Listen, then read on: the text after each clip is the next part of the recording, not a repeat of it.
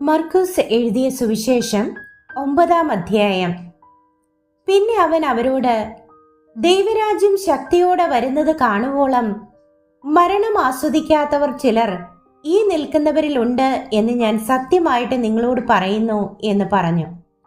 6 ദിവസം കഴിഞ്ഞ ശേഷം യേശു പത്രോസിനെയും യാക്കോബിനെയും യോഹന്നാനെയും കൂട്ടി ഒരു ഉയർന്ന മലയിലേക്ക് തനിച്ചു കൊണ്ടുപോയി അവരുടെ മുൻപാകെ രൂപാന്തരപ്പെട്ടു.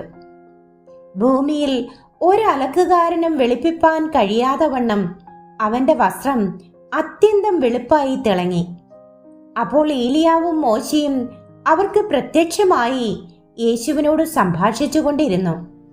പത്രോസ് യേശുവിനോട്, റബ്ബി, നാം ഇവിടെ ഇരിക്കുന്നത് നല്ലത്. ഞങ്ങൾ 3 കുടിൽ ഉണ്ടാക്കട്ടെ, ഒന്ന് നിനക്കും, ഒന്ന് മോശയ്ക്കും, ഒന്ന് ഏലിയാവിനും എന്ന് പറഞ്ഞു. താൻ എന്തു പറയേണ്ടു എന്ന് അവൻ അറിഞ്ഞില്ല. അവർ ഭയപരവശരായിരുന്നു. പിന്നെ ഒരു മേഘം വന്ന് അവരുടെ മേൽ നിഴലിട്ടു. ഇവൻ എന്റെ പ്രിയപുത്രൻ, ഇവന് ചെവി കൊടുപ്പിൻ എന്ന് മേഘത്തിൽ നിന്ന് ഒരു ശബ്ദവുമുണ്ടായി. പെട്ടെന്ന് അവർ ചുറ്റും നോക്കിയാറേ തങ്ങളോടുകൂടി യേശുവിനെ മാത്രമല്ലാതെ ആരെയും കണ്ടില്ല. അവർ മലയിൽ നിന്ന് ഇറങ്ങുമ്പോൾ, മനുഷ്യപുത്രൻ മരിച്ചവരിൽ നിന്ന് എഴുന്നേറ്റിട്ടല്ലാതെ ഈ കണ്ടത് ആരോടും അറിയിക്കരുത് എന്ന് അവൻ അവരോട് കൽപ്പിച്ചു. മരിച്ചവരിൽ നിന്ന് എഴുന്നേൽക്ക എന്നുള്ളത് എന്ത് എന്ന് തമ്മിൽ തർക്കിച്ചും കൊണ്ട് അവർ ആ വാക്ക് ഉള്ളിൽ സംഗ്രഹിച്ചു. ഏലിയാവ് മുൻപേ വരേണ്ടത് എന്ന് ശാസ്ത്രിമാർ വാദിക്കുന്നത് എന്ത് എന്ന് അവർ ചോദിച്ചു.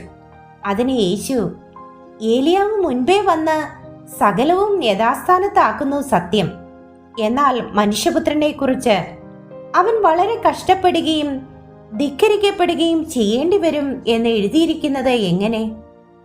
ഏലിയാവ് വന്ന് അവനെക്കുറിച്ച് എഴുതിയിരിക്കുന്നത് പോലെ അവർ തങ്ങൾക്ക് തോന്നിയതെല്ലാം അവനോട് ചെയ്തു എന്ന് ഞാൻ നിങ്ങളോട് പറയുന്നു എന്ന് ഉത്തരം പറഞ്ഞു. അവൻ ശിഷ്യന്മാരുടെ അടുക്ക വന്നാറേ വലിയ പുരുഷാരം അവരെ ചുറ്റി നിൽക്കുന്നതും ശാസ്ത്രിമാർ അവരോട് തർക്കിക്കുന്നതും കണ്ടു.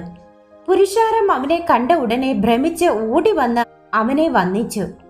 അവൻ അവരോട്, നിങ്ങൾ അവരുമായി തർക്കിക്കുന്നത് എന്ത് എന്ന് ചോദിച്ചു. അതിന് പുരുഷാരത്തിൽ ഒരുത്തൻ, ഗുരു, ഊമനായ ആത്മാവുള്ള എന്റെ മകനെ ഞാൻ നിന്റെ അടുക്കൽ കൊണ്ടുവന്നു.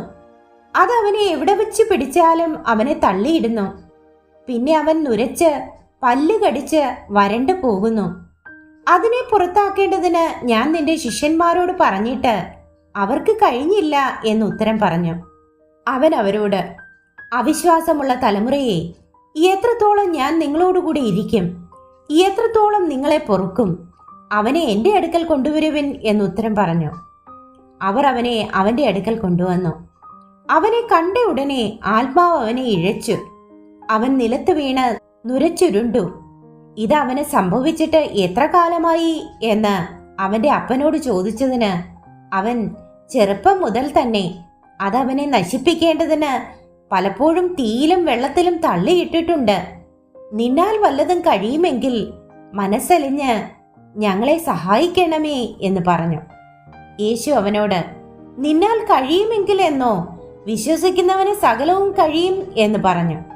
ബാലന്റെ അപ്പൻ ഉടനെ നിലവിളിച്ചു, കർത്താവേ, ഞാൻ വിശ്വസിക്കുന്നു, എന്റെ അവിശ്വാസത്തിന് സഹായിക്കണമേ എന്ന് പറഞ്ഞു. എന്നാറെ പുരുഷാരം ഓടിക്കൂടുന്നത് യേശു കണ്ടിട്ട് അശുദ്ധാത്മാവിനെ ശാസിച്ചു. ഊമനും ചെകിടനുമായ ആത്മാവേ, ഇവനെ വിട്ടുപോ, ഇനി അവനിൽ കടക്കരുത് എന്ന് ഞാൻ നിന്നോട് കൽപ്പിക്കുന്നു എന്ന് പറഞ്ഞു. അപ്പോൾ അത് നിലവിളിച്ച് അവനെ വളരെ ഇഴച്ചു പുറപ്പെട്ടുപോയി. മരിച്ചുപോയി എന്ന് പലരും പറവാൻ തക്കവണ്ണം അവൻ മരിച്ച പോലെയായി. യേശു അവനെ കൈക്ക് പിടിച്ചു നിവർത്തി. അവൻ എഴുന്നേറ്റു. വീട്ടിൽ വന്ന ശേഷം ശിഷ്യന്മാർ സ്വകാര്യമായി അവനോട്, ഞങ്ങൾക്കതിനെ പുറത്താക്കുവാൻ കഴിയാതിരുന്നത് എന്ത് എന്ന് ചോദിച്ചു. പ്രാർത്ഥനയാൽ അല്ലാതെ ഈ ജാതി ഒന്നിനാലും പുറപ്പെട്ടു പോകുകയില്ല എന്ന് അവൻ പറഞ്ഞു. അവിടെ നിന്ന് അവർ പുറപ്പെട്ട് ഗലീലയിൽ കൂടി സഞ്ചരിച്ചു. അത് ആരും അറിയരുതെന്ന് അവൻ ഇച്ഛിച്ചു. അവൻ തന്റെ ശിഷ്യന്മാരെ പഠിപ്പിച്ച് അവരോട്, മനുഷ്യപുത്രൻ മനുഷ്യരുടെ കയ്യിൽ ഏൽപ്പിക്കപ്പെടും. അവർ അവനെ കൊല്ലും. കൊന്നിട്ട് 3 നാൾ കഴിഞ്ഞ ശേഷം അവൻ ഉയർത്തെഴുന്നേൽക്കും എന്ന് പറഞ്ഞു. ആ വാക്ക് അവർ ഗ്രഹിച്ചില്ല. അവനോട് ചോദിപ്പാനോ ഭയപ്പെട്ടു. അവൻ കഫർനഹൂമിൽ വന്ന് വീട്ടിലിരിക്കുമ്പോൾ നിങ്ങൾ വഴിയിൽ വെച്ച് തമ്മിൽ വാദിച്ചത് എന്ത് എന്ന് അവരോട് ചോദിച്ചു. അവരോ തങ്ങളുടെ ഇടയിൽ വലിയവൻ ആറ് എന്ന് വഴിയിൽ വെച്ച് വാദിച്ചതുകൊണ്ട് മിണ്ടാതിരുന്നു. അവൻ ഇരുന്ന് പന്തിരുവരെയും വിളിച്ചു. ഒരുവൻ മുൻപനാകുവാൻ ഇച്ഛിച്ചാൽ അവൻ എല്ലാവരിലും ഒടുക്കത്തവനും എല്ലാവർക്കും ശുശ്രൂഷകനും ആകേണം എന്ന് പറഞ്ഞു. ഒരു ശിശുവിനെ എടുത്ത് അവരുടെ നടുവിൽ നിർത്തി അണച്ചുകൊണ്ട് അവരോട്, ഇങ്ങനെയുള്ള ശിശുക്കളിൽ ഒന്നിനെ എന്റെ നാമത്തിൽ കൈക്കൊള്ളുന്നവൻ എന്നെ കൈക്കൊള്ളുന്നു, എന്നെ കൈക്കൊള്ളുന്നവനോ എന്നെയല്ല എന്നെ അയച്ചവനെ കൈക്കൊള്ളുന്നു എന്ന് പറഞ്ഞു. യോഹന്നാൻ അവനോട്, ഗുരു, ഒരുവൻ നിന്റെ നാമത്തിൽ ഭൂതങ്ങളെ പുറത്താക്കുന്നത് ഞങ്ങൾ കണ്ടു. അവൻ നമ്മെ അനുഗമിക്കായികയാൽ ഞങ്ങൾ അവനെ വിരോധിച്ചു എന്ന് പറഞ്ഞു. അതിന് യേശു പറഞ്ഞത്, അവനെ വിരോധിക്കരുത്. എന്റെ നാമത്തിൽ ഒരു വീര്യപ്രവൃത്തി ചെയ്തിട്ട് വേഗത്തിൽ എന്നെ ദുഷിച്ചു പറവാൻ കഴിയുന്നവൻ ആരുമില്ല. നമുക്ക് പ്രതികൂലമല്ലാത്തവൻ നമുക്ക് അനുകൂലമല്ലോ.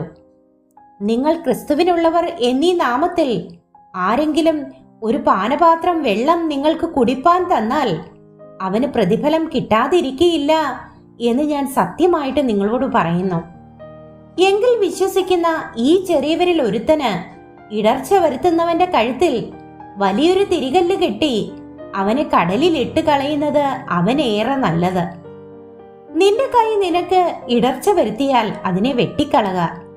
ഊനനായി ജീവനിൽ കടക്കുന്നത് രണ്ട് കൈയുമുള്ളവനായി കെടാത്ത തീയായ നരകത്തിൽ പോകുന്നതിനേക്കാൾ നിനക്ക് നല്ലത്.